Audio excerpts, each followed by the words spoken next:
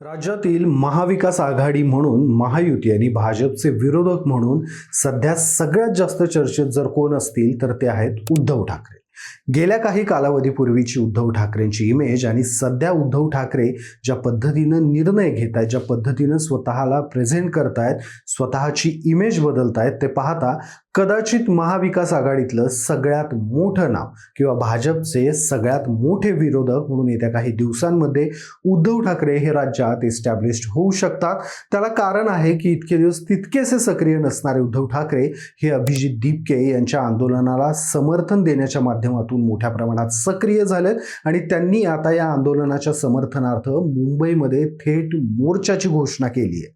वरवर पाहता हे प्रकरण फक्त धर्मेंद्र प्रधान यांचा राजीनामा इथपर्यंतच मर्यादित वाटू शकतं, पण राजकारणात जे समोर दिसतं त्याच्या पलीकडं खरे राजकीय डावपेच असतात आणि तेच मांडले जातात। या अनुषंगानं उद्धव ठाकरे यांनी जी मोर्चाची घोषणा केली आहे त्यामागं खूप साऱ्या भविष्यकालीन राजकीय रणनीती आणि कारणं दडलेली आहेत।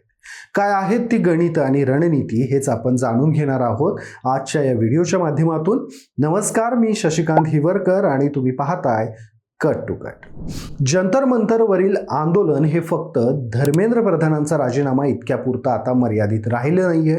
या आंदोलनानं पूर्णपणे सिस्टीममध्ये बदल यायला हवा अशा आशयाचे विचार हे सर्वसामान्यांच्या मनात रुजायला लागले आणि विरोधातील राजकीय पक्षांनी या परिस्थितीचा जर फायदा घेतला नसता तरच नवल होतं।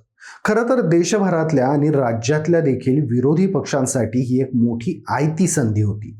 देश पातळीवर काँग्रेसच्या राहुल गांधी यांनी ती संधी ओळखली, त्यांनी ती संधी कॅप्चरही केली, पण दुर्दैवानं राज्यातली काँग्रेस त्या बाबतीत तितकीशी सक्रिय दिसून आली नाही, थोडक्यात उदासीन दिसली असं आपल्याला म्हणता येईल। या संपूर्ण प्रकरणामध्ये राष्ट्रवादी काँग्रेस पक्ष मात्र नेहमीसारखे आपल्या बेभरवशी राजकारण्यांच्या इमेजला जागले।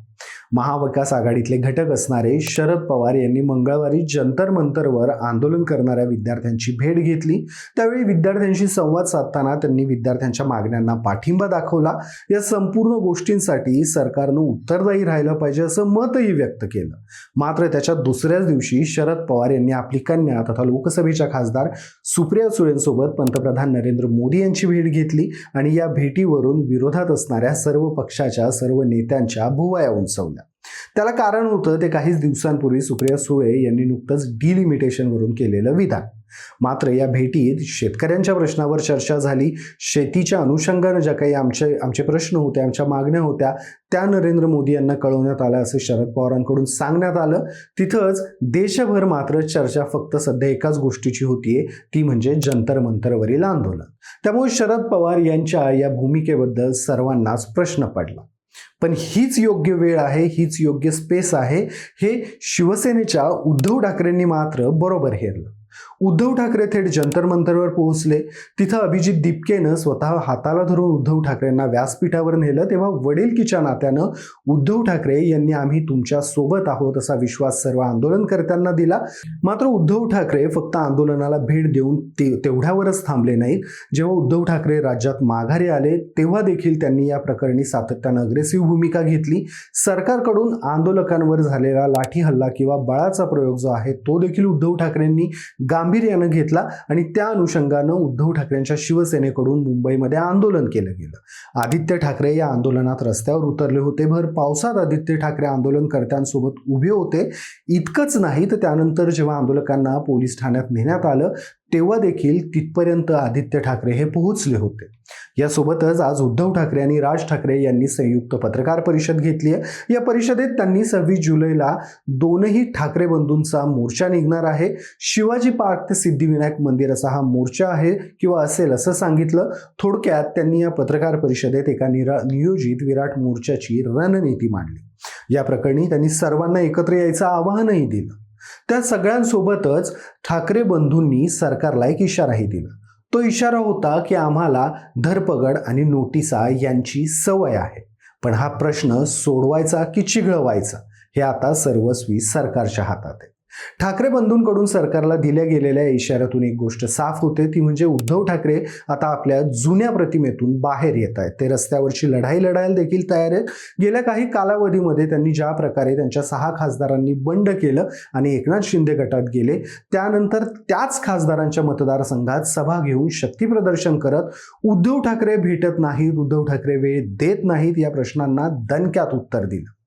आता देखील ते दिल्लीत अभिजित दिपकेला भेटायला गेले आणि तिथून माघारी आल्यानंतर देखील त्यांनी हा विषय सोडला नाही, तर तो विषय लावून धरला आणि त्याच अनुषंगानं ते आता 26 तारखेला एक विराट मोर्चा काढणार आहे. या सगळ्या गोष्टींमधून उद्धव ठाकरे यांनी आपल्या जुन्या प्रतिमेला तडा दिला हे तर सिद्ध होतच, त्यासोबतच त्यांनी भविष्यातल्या एका राजकीय रणनीतीची आखणी देखील केलेली आहे. राज्यातील किंवा महाविकास आघाडीतून भाजपच्या विरोधातील सर्वात मोठा पक्ष म्हणून शिवसेना किंवा उद्धव ठाकरे हे आता राज्यात ठरू शकतात असं म्हणायला या सगळ्या घटनाक्रमावरून हरकत नाही. एकेकाळी जे उद्धव ठाकरे आपल्या नर्म शैलीबद्दल त्यांची ओळख होती, तेच उद्धव ठाकरे आज ॲग्रेसिव्हली भाजपला डिवचतात. त्यासाठी ते मागे पुढे बघत नाहीत आणि आता त्यांना सोबत मिळाली ती त्यांच्या चुलत भावाची म्हणजे राज ठाकरे यांची. राज ठाकरे देखील उद्धव ठाकरेंच्या खांद्याला खांदा लावून या पत्रकार परिषदेत उपस्थित होते. सोबतच ते 26 जुलैच्या मोर्चात देखील उपस्थित असणार आहे. या संपूर्ण प्रकरणात राज ठाकरे यांनी देखील एक सल्ला दिलाय असं म्हणण्यापेक्षा त्यांनी सरकारला एक इशारा दिलाय असं म्हणायला हरकत नाही. त्यांनी आपल्या पत्रकार परिषदेत असं म्हटलं की आमचा मोर्चा हा शांततेत असेल, सगळ्या गोष्टी शांततेत होतील, पण या मोर्चात कोणतीही हुल्लडबाजी करण्याचा प्रयत्न केला, दिल्लीसारखं काही करण्याचा प्रयत्न केला तर आमची लोक त्यांना सोडणार नाही. या इशाऱ्यावरून देवेंद्र फडणवीस यांनी देखील प्रत्युत्तर दिले. देवेंद्र फडणवीस म्हणाले, राज्यातला सर्वात मोठा टीईटी घोटाळा उद्धव ठाकरे मुख्यमंत्री असताना झाला. यामध्ये IAS अधिकाऱ्यांपासून सगळे सामील होते. इतका मोठा घोटाळा राज्याच्या इतिहासात झाला नव्हता. केवळ टीईटी घोटाळाच झाला नाही, तर जे नापास होते त्यांना पास करण्याचं कामही उद्धव ठाकरेंच्या कार्यकाळात झालं.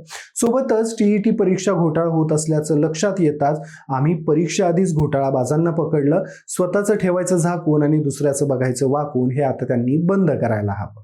पण उद्धव ठाकरे आणि राज ठाकरे जर एकत्र येऊन असा मोर्चा काढायचा ठरवत असतील तर ते देवेंद्र फडणवीस यांच्या या इशाऱ्याला किंवा त्यांनी केलेल्या टीकेला किती गांभीर्यानं घेत आहेत हे बघणं आता उत्सुकतेचं असेल. या सगळ्या प्रकरणावरून आता उद्धव ठाकरे हे फुल फॉर्मात आलेत असं म्हणायला हरकत नाहीये आणि महाविकास आघाडीतील विरोधी पक्षातल्या थोरल्या भावाची जागा आता उद्धव ठाकरे घेत आहेत की काय असा प्रश्न त्यांच्या सगळ्या भूमिका पाहून पडतो. तुर्तास आपण इथेच थांबूयात. मात्र या संपूर्ण घटनाक्रमाबद्दल तुम्हाला काय वाटतं? काँग्रेस आणि राष्ट्रवादी काँग्रेसनं राज्यात मोकळी ठेवलेली विरोधी पक्षाची सगळ्यात मोठी स्पेस ही आता उद्धव ठाकरे आपल्या आक्रमक शैलीनं आपल्या ताब्यात घेत आहेत का? उद्धव ठाकरे हे स्वतः आक्रमक नेता म्हणून एस्टॅब्लिश होऊ पाहत आहेत का? त्यांच्या या प्रयत्नांना यश येईल का? तुमची मतं मला कमेंट्समध्ये आवर्जून सांगा. हा व्हिडिओ जर तुम्हाला आवडला असेल तर या व्हिडिओला लाईक करा, शेअर करा आणि अशाच राजकीय घडामोडी जाणून घेण्यासाठी तुमच्या आवडत्या कट टू कटला सबस्क्राईब करायला विसरू नका. धन्यवाद.